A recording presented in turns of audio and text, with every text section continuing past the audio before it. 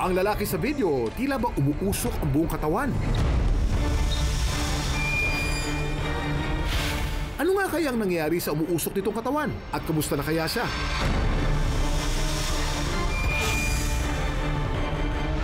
Grabe ka, so?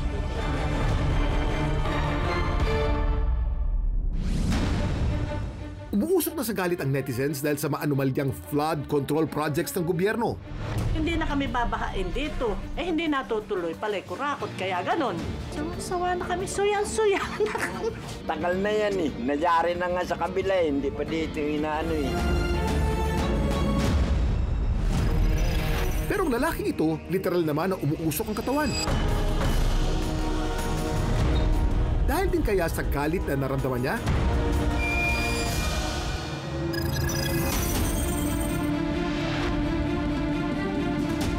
Nakilala namin ang lalaki sa video si Dieter, 27 years old mula sa Taguig City at mahilig daw maglaro ng basketball.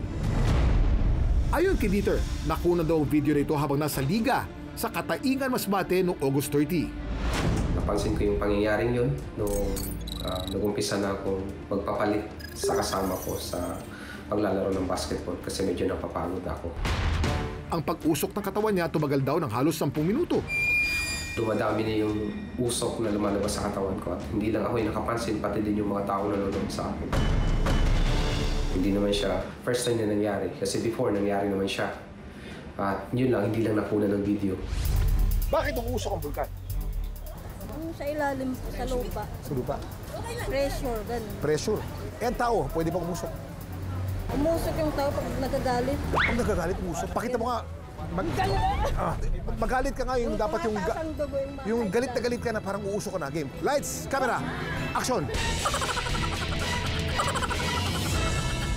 Ano nga kaya ang nangyari kay Dieter at umusok ang kanyang katawan? Kamangha-mangha at kahanga-hanga, pinusuan si Nero at community sa interes ng online universe. Pero bakit nga ba nag-viral ang mga video ito? Samahan niyo akong himayin at alamin ang mga kwento sa likod ng mga viral video at trending topic dito lang sa Dami mo malam, Kuya Kim! At dapat kayo rin. Literal na naipit sa gitna ng aksyon. Pero paano nga ba sila napunta sa ganung sitwasyon? Nangyari? Sumuot po yung paa sa gulong at naipit po yung kanyang paa. Bakit kaya naintriga ang marami sa viral video na ito? Hindi bayabas? Hindi rin kamyas. At ang pagkain pa raw nito, nagpapabata. Ano nga bang prutas itong tinatawag na katmon? Isang lalaki nakuna ng video na tila umuusok ang katawan. Aba kuya, sobrang hot na ba yarn?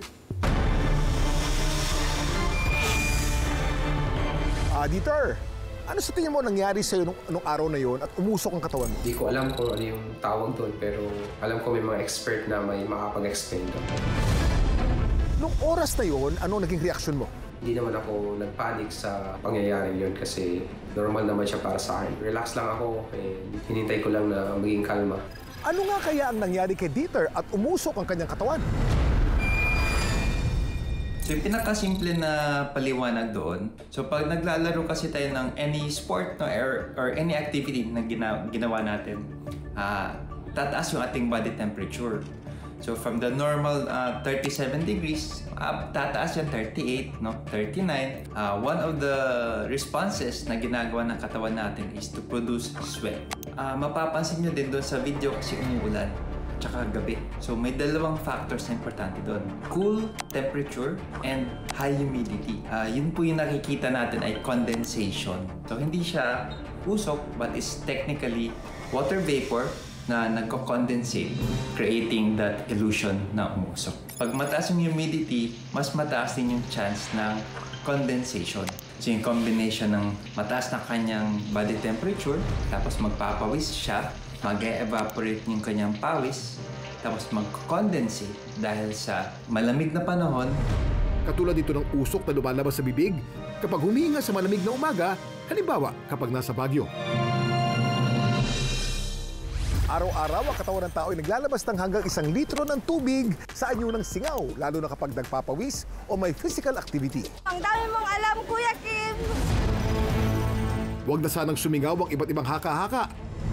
Ang mga bagay na di natin maintindihan, kung minsan nakakabahala. Pero sa tulong ng siyensya, mas madalas na nakamamangha pala. Dami mong alam, Kuya Kim. May pumuntang isang bata sa bahay namin na sinabi niya sa akin na naipit daw yung paa ng anak ko. Tapos lumabas ang buto. Doon po ako ninervyos. Tumuod po yung paa sa gulong at naipit po yung kanyang paa. Kamusta na kaya ang mga naipit na bata?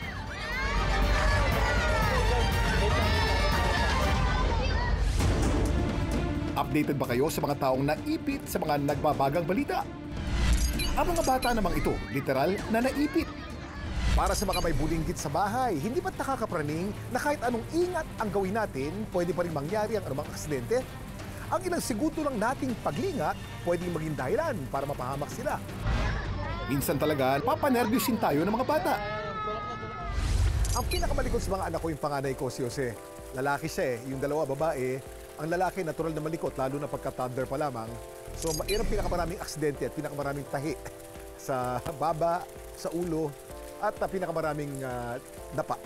Sir, may tanong ako sa inyo. May anak na po ba kayo? Meron po. Ilan po anak nyo? Isa lang po. Paano po pag naipit yung ulo sa motor o sa bisikleta? So, unang gagawin ko, tatawag ko ako ng yung enforcer. Then, pangalawa, so iano ko sa plate sa police. Para at least merong record bago ko itakbo sa ospital. Galing. Kaya mong alam, Kuya Kim. Dito sa Nueva Ecija, naipit ang paa ng 8 taong gulang na si Dino sa isang bisikleta. Hiniram lang daw niya ang bisikleta sa kanyang kalaro pero wala pala itong preno. Kaya ang ginamit niya para tumigil ito, ang kanyang paa. Naawa ako dahil naipit po sa bisikleta yung bata. Tinakbo ko po agad para po tanggalin yung pagkaipit ng paa sa bisikleta. Nilabagan po namin yung tornilyo ng gulong ng bike para po matanggal yung paa ng bata. Medyo hinatak po namin ng konti. Salamat na lang sa pagtutulungan ng mga tao sa paligid at natanggal din sa pagkakaipit ang paa ni Dino. Nung kung natanggal po namin yung paa ng bata, medyo tinanan po namin kung napilayan pero hindi naman po napilaya. Wala naman po nangyaring sugat sa bata. Okay naman po. Pero hindi pa yan ang happy ending para kay Dino. Dahil naawa po ako sa bata at nakikiangkas lang sa bike, ibinili ko po siya ng bagong bike. May happy ending din kaya naman para sa batang ito. Dito naman sa Marikina, nakuna ng pangalawang video ng 5 taong gulang na si Peter. Anong nangyari? Ako po pala si Erwin B. Santos at ako po yung nag-upload nag-viral po na video ng bata. Bali po namimingwit po ako noon. Then may mga tumawag po sa aking bata na, Kuya Tabs, si Peter Pan naipit. Nagmadali po ako punta dito sa may court kasi ang dami pong bata nagkakagulo. Hindi ko alam kung anong unahin ko, kung magsaway o ano. Pinipilit niya pong tinatanggal yung tuhod niya, mas lalo pong umiipit. Kasi po, wala po siyang pagitan eh. Ang nanay naman ni Peter na si Jackie, nataranta rin daw sa sitwasyon. May pumuntang isang bata sa bahay namin. Sinabi niya sa akin na naipit daw yung paa ng anak ko. Tapos lumabas ang buto. Doon po ako ninervyos. Sa ganung sitwasyon, matataranta ka. Pero ang ending, fake news lang naman pala ito. Wala namang buto na lumabas, mga kapuso. O ingat-ingat tayo sa fake news, ha? Ang dami mong alam, Kuya Kim. Dali-dali ako pumunta dito sa court. Tumakbo ako ng mabilis para makita ko lang kung ligtas talaga yung anak ko. Naabutan ko na lang po, biglang yakap na sa akin ang aking anak. Sa sobrang takot. Bago pa man dumating si Jackie, natanggal na ni Tabs ang tuhod ni Peter mula sa pagkaipit sa poste. Sa tulong po ng ibang bata, natanggal po namin yung tuhod ng bata. Binigla po namin, sabay po inangat yung tuhod. Hindi naman po totally na-injured si Peter. So we need to use safety equipment para tanggalin yung nakaharang para makalusot yung bata. Huwag niyong papersahin yung part ng katawan kasi number 1, at that age habang bata siya, pag hindi pa siya umaabot ng 18 years old, immature pa yung buto natin and prone siya magkaroon ng mga bali sa buto or tinatawag na fracture. Number 2, at that age, hindi pa ganun katibay yung mga ligaments natin. So pwede tayong magkaroon ng ligamental injuries. Si Jackie may na-realize daw sa nangyari.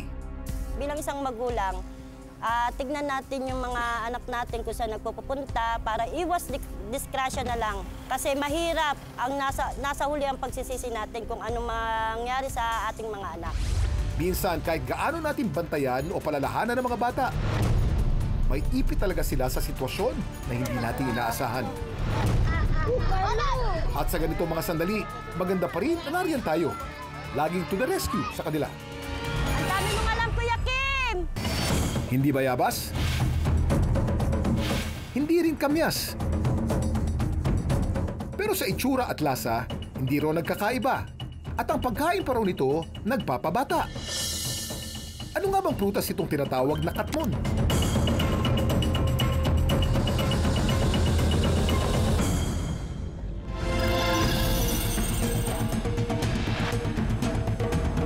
Sa farm na ito sa Tarlac, may matatagpuan daw na puno na may naggagandahan at naglalakihang bulaklak.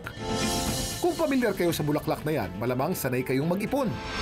Yan kasi ang bulaklak na makikita sa 25 sentimong barya. Tignan nyo na.